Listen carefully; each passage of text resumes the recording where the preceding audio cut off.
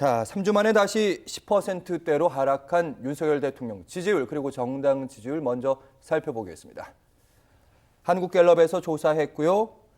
이번 주 화수 목에 조사했습니다. 긍정 지지율은 19%, 부정 지지율은 72%, 20% 언저리의 낮은 지지율은 계속되고 있다. 일단 하락세는 멈췄다 이렇게 볼 수 있겠죠. 그리고 정당 지지율도 살펴보도록 하겠습니다.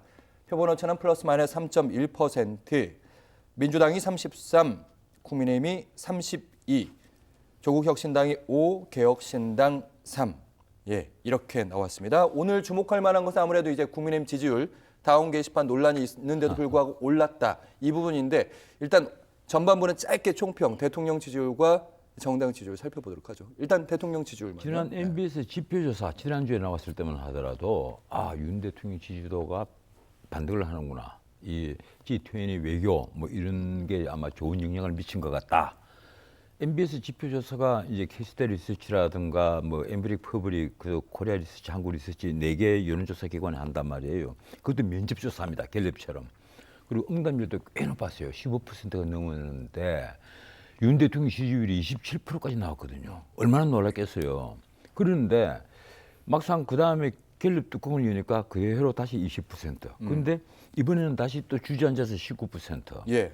이게 갤럽의 경우에 5주 넘게 한 달 반 동안 20%를 고점으로 그 이하의 지지층을 형성하고 있다.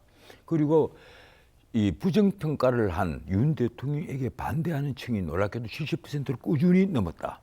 더욱 놀라운 것은요, 이 윤 대통령의 당선에 혁혁한 공이 있는 18살부터 29살까지 예. 투표권을 가진 20대 그리고 30, 그리고 2030에서 이 지지율이 이제 10% 이하로 무너지고 있다는 겁니다. 지난주에는 20대가 무너졌죠. 예. 이 10%가 무너지고 뭐 6%까지 나왔죠. 그런데 이번 주에는 30대가 무너져 버렸어요.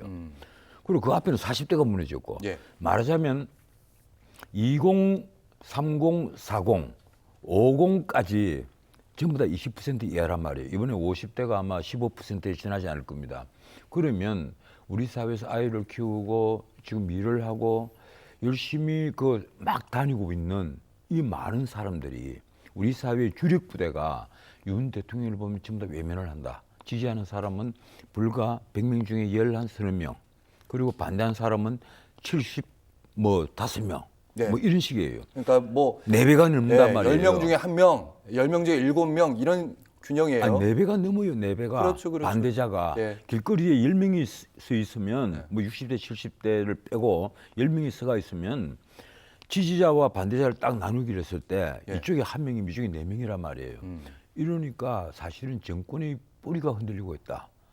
그러면 윤 대통령께서 뭔가 고민을 해야 됩니다. 그리고 집권 여당에서도 이게 뭔가 지금 야당 눈치 볼 때가 아니에요. 이게 뭔가 하고 고민을 해야 됩니다. 문제는 그거예요. 정치라는 것은 가장 근본적인 것이 등 따숩고 배부르게 해줘야 된다. 내가 하나만 더 단언을 할게요. 오늘 당장 오늘 우리나라 주식시장이 지금 폭락을 하고 있습니다. 우리나라 주식시장은 영국이나 독일하고 틀려서 국민들 중에 계좌를 가진 분이 1,400만이나 됩니다. 문자 그대로 동학개미들이에요. 이런 사람들이 폭락 장세를 이어오고 있단 말이에요. 전 세계에서 가령 선진국은 당연히 올해 엄청난 상승을 보였고, 그렇죠. 그런데 이 신흥국도 상승을 거의 다 보이고 있는데 우리나라만 올해 들어와서 후퇴를 하고 있다. 예. 이 말이 뭔가 하면 우리나라 경제가 그만큼 어려워졌다는 겁니다. 반도체를 빼면 더더욱 어려워졌다. 그런데 이제 트럼프 정권이 들어서서 대중무역 때문에 반도체에 대해서 이건 앞으로 중국 반도체를 통제를 하겠다 이러니까 오늘 우리나라 반도체 시장이 또 무너지고 있단 말이에요. 자, 이러면 트럼프 핑계를 댈 수 없는 거예요. 한국 경제에 대해서 책임을 지고 있는 사람은 트럼프가 아니라 윤석열 대통령입니다. 윤 대통령과 집권 여당이란 말이에요. 그럼 고민을 해야 됩니다. 자, 우리나라 정신을 어떻게 부양을 하고 우리나라 경제를 어떻게 부양을 할 거냐. 내가 늘 말씀드립니다만 20대 일자리가 사라져버리고 없잖아요. 예. 윤 대통령은 거기에 대해서 어떤 고민도 안 하는 것 같아요. 20대 일자리가 계속 줄어들고 있고 가령 이번에도 나온 통계를 보면 20대 일자리가 역대 최저로 떨어지고 있다. 그리고 가령 가계부채 같으면요. 이미 1900조를 넘어서서 1913조 8천억이다. 얼마 전에 나온 뉴스예요. 예. 자, 이 내관이 되고 있다. 정말 위험하다. 그런데 기재부에서는 좀 천하태평계 같아요. 그냥 예산도 677조 방만한 예산을 만들어서 국회에 툭 던져놓고 이 예산에 대해서 시정 연설도 윤 대통령은 하기 싫다면 안 갔습니다. 자, 그러면 아닌 말로 야당에게 돌을 맞더라도 본인이 그랬잖아요. 돌 맞더라도 가겠다. 예. 걸어가겠다. 내 갈 길을 가겠다. 이랬단 말이에요. 그럼 돌을 맞더라도 국회에 가서 이 예산이 어떻게 필요하고 이렇게 내가 긴축 예산을 써서 어떻게 집행을 하고 어떻게 일자리를 만들고 어떻게 격차를 해소하겠다. 지금 가장 논란이 된 것이 빈부격차잖아요. 그거 한다고 이제 얘기했잖아요. 예, 어떻게 예. 격차를 줄이겠다 이 얘기를 해야 되는데 말은 잘해요. 일자리도 만들고 격차도 줄이고 뭐 다 말은 하는데 했는데 정확한 프로그램이 나오는 게 없단 말이에요. 이러면 국민들이 이제 믿지를 않습니다.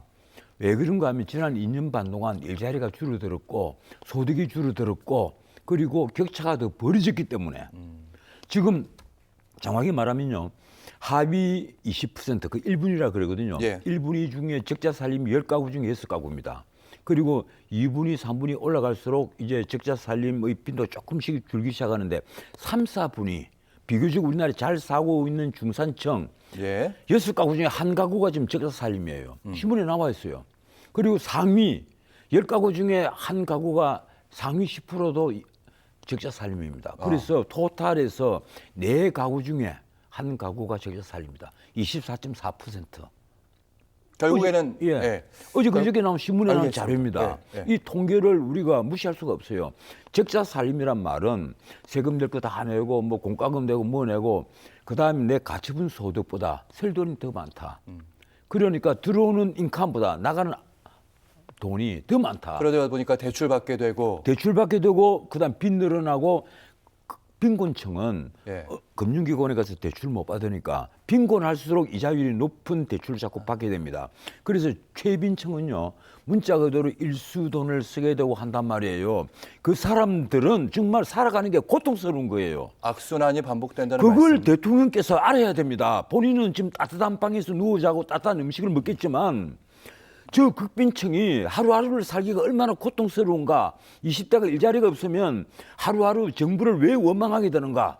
공정과 상식이라는 캐치프레이즈로 본인이 대통령이 됐잖아요. 예. 그럼 20대에게 내 공정과 상식의 상표가 이렇습니다 하고 보여줘야죠. 전 정권에 적폐를 청산할 것이면 적폐를 다 청산해야죠. 왜 그런 것도 하지 못하면서 알겠습니다. 전 정권은 감사하고 일자리를 못 만들고 그리고 격차는 하나도 해소하지 못하고 그러면서 기껏 하는 게 나 외교 잘합니다. 그리고 체코에 원전 수출했습니다. 뭐 이런 얘기나 하고 있는데 그게 국민들 피부에 와 닿겠어요? 알겠습니다. 이래놓고 나서 이 보수 정당에서 그런 거 네. 합니다. 뭐 보수 혁신과 통합 세미나를 한다고. 전 변호사님.